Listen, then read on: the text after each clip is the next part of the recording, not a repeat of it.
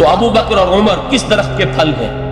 وہ شجرہ طیبہ، شجرہ نبوت ہے کہ جس کے پھل ہیں ابو بکر اور عمر، جن کو تربیت دی ہے محمد نے صلی اللہ علیہ وسلم۔ تو معلوم ہوا کہ یہ چیزیں وہ ہیں کہ جس کا لوہا آج دنیا مان رہی ہے۔ لہذا ہمیں قرآن مجید کے اعجاز کے پہلو سے ان اعتبارات سے خود بھی توجہ کرنی چاہیے اور دنیا کو بھی ادھر متوجہ کرنا چاہیے۔ اب میں تبرکاً 3 مقامات سے میں نے آیات پڑھی ہیں۔ قرآن مجید کی عظمت کا وہ ادراک اور شعور جو ہمیں ہو سکتا ہے، ہم وہ کہ جو قرآن کو مانتے ہیں اللہ کا کلام، ہم اس بنیاد پر سمجھیں کہ اللہ نے اپنے کلام کی کیا مدح کی ہے۔ اور نمبر 2 یہ فارسی کا ایک مصرع ہے کہ قدر گوہر شاہ دانت یا بدانت گوہری، ہیرے جواہرات کی قدر و قیمت یا بادشاہوں کو معلوم ہوتی ہے جو ان میں کھیلتے ہیں، اور یا یہ کہ جوہری کو جو ان کا کاروبار کرتا ہے، جانتا ہے، پہچان ہے، پرکھتا ہے۔ عام آدمی کو کیا پتا، اس کے ہاتھ میں اگر کوئی آپ ہیرا رکھ دیں وہ سمجھے شاید کوئی کانچ کا ٹکڑا، اسے اس کے اندر کوئی فرق محسوس نہیں ہوگا۔ قدر گوہر شاہ دانت یا بدانت گوہری کہ ہیرے جواہرات جو ہیں ان کی قدر و قیمت کا اندازہ یا بادشاہوں کو ہوتا ہے یا جوہری کو ہوتا ہے۔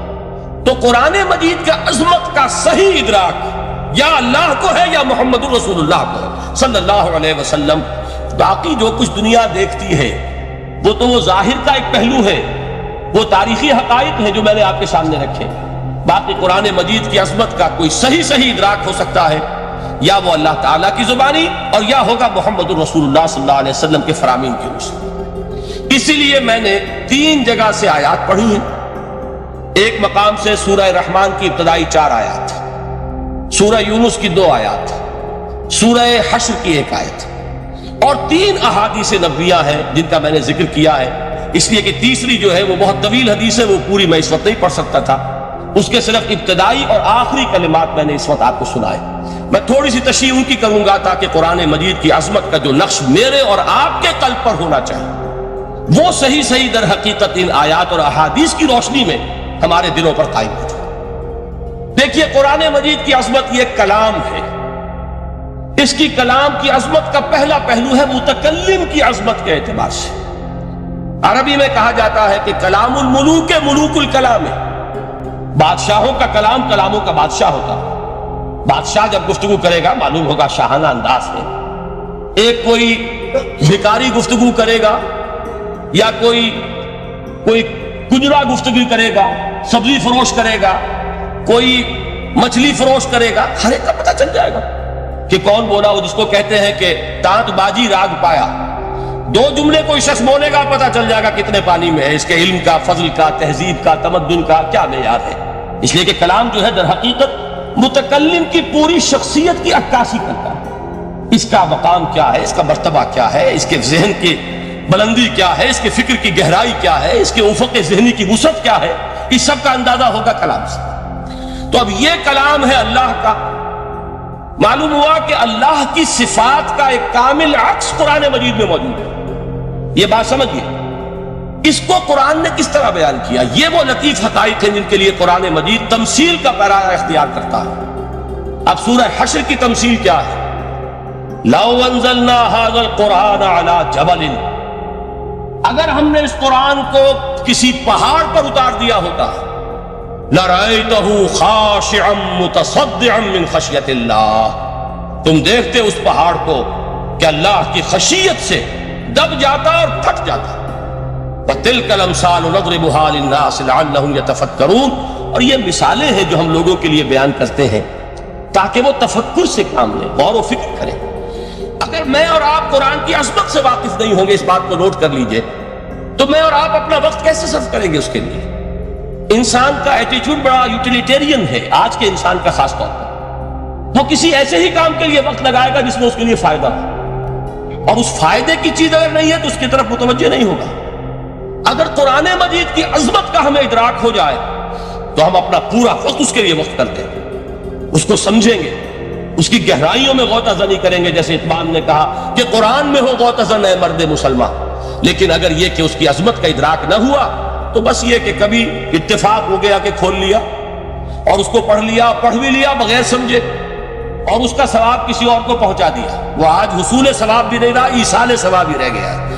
ورنہ یہ کہ بہرحال علامہ اقبال نے جو اس پر تھپتی چست کی ہے کہ بآیا تشترا کارے جزی نیست کہ از یاسین او آسا بمیری، اس قرآن کی عظیم آیات سے اے مسلمان آج تیرا سروکار صرف اتنا رہ گیا ہے کہ کوئی شخص مر رہا ہو عالم نزع میں ہو تو اس کو یاسین سنا کر اس کی جان جلدی سے نکال دو، آسانی سے نکل جائے، بس یہ سروکار رہ گیا۔ میں یہ نہیں کہتا کہ نہ پڑھی جائے، حضور نے فرمایا پڑھنی چاہیے، لیکن صرف یہ نہیں ہے اس کا مصرف، یہ تو انسانی زندگی کی رہنما کتاب بن کر نازل ہوئی ہے، اس کے اوپر اس اعتبار سے توجہ تم نہیں کر رہے ہو، بلکہ تمہاری اس کے ساتھ جو ہے دلچسپی صرف اتنی رہ گئی۔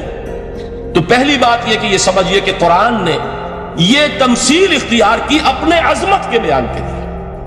اگر ہم نے اس قرآن کو پہاڑ پر اتار دیا ہوتا تو تم دیکھتے کہ وہ پھٹ جاتا اور دب جاتا۔ اب اس کو سمجھیے، القرآن یفسر بعضہ بعضا، قرآن کا ایک حصہ دوسرے حصے کی تفسیر کرتا ہے۔ سورہ اعراف میں واقع آیا ہے کہ حضرت موسیٰ علیہ السلام کا آپ کو معلوم ہے کہ کوہ طور پر اللہ تعالیٰ سے ہم کلامی کا شرف حاصل کرتے تھے، گفتگو ہو رہی ہے لیکن اللہ نظر نہیں آ رہا۔ اب اس کو اپنے اوپر طاری کیجئے کہ صاف سامنے آتے بھی نہیں، صاف چھپتے بھی نہیں۔ یہ جو صورتحال تھی کہ اگر کسی کی آپ آواز سن رہے ہیں، کلام سن رہے ہیں، سامنے نہیں آ رہا، تو آپ کے دل میں خواہش پیدا ہوگی کہ ذرا سا یہ پردہ بھی اٹھا دیا جائے، مجھے دیدار بھی حاصل ہو جائے۔ لہذا سورہ اعراف میں ہے جب کئی بار یہ شرف ہم کلامی حاصل ہوا اللہ سے، تو حضرت موسیٰ علیہ السلام نے بڑی ہمت سے کام لیا، بڑی جرت کی درخواست کر دی، رب ارنی انظر الیک، یہ جو پردہ بیچ میں حائل کیا ہوا ہے پروردگار، تو میرا شوق دیکھ، میرا اشتیاق دیکھ، تو مجھے ذرا دیدار بھی عطا ہو جائے۔ اس پر کیا بات کہی گئی؟ لن ترانی، موسیٰ تم مجھے ہرگز نہیں دیکھ سکتے، تم اس جسد ظاہری کے ساتھ، اس جسد مادی کے ساتھ، ان عنصری آنکھوں سے میرا دیدار نہیں کر سکتے۔ ولیکن انظر الی الجبل، دیکھو ہم تمہیں ایک مثال دیے دیتے، ذرا اس پہاڑ کی طرف دیکھو، ہم اپنی ایک تجلی اس پر ڈالیں گے۔ فَإِنِ اسْتَقَرَّ مَكَانَهُ فَسَوْفَ تَرَانِي، اگر وہ پہاڑ ہماری تجلی کو جھیل جائے، تحمل کر لے، تو تم بھی سوچنا کہ شاید ہمیں دیکھ سکو۔ اس کے بعد ہوا کیا؟ فَلَمَّا تَجَلَّى رَبُّهُ لِلْجَبَلِ جَعَلَهُ دَكًّا وَخَرَّ مُوسَىٰ صَعِقًا، جب اللہ تعالیٰ نے پہاڑ پر اپنی ایک تجلی ڈالی تو وہ پہاڑ جو ہے پھٹ گیا، اور موسیٰ، اب دیکھیے براہ راست تجلی موسیٰ پر نہیں ہے، یہ انڈائریکٹ مشاہدہ ہے تجلی ربانی کا کہ جو پہاڑ پر ہوئی ہے، اور پہاڑ کی جو کیفیت ہوئی ہے اس کے مشاہدے سے حضرت موسیٰ بے ہوش ہو کر گئے۔ وَصَعِقَ مُوسَىٰ خَرَّ مُوسَىٰ صَعِقًا، یہ ہے وہ مثال جو یہاں دی ہے قرآن کے لیے۔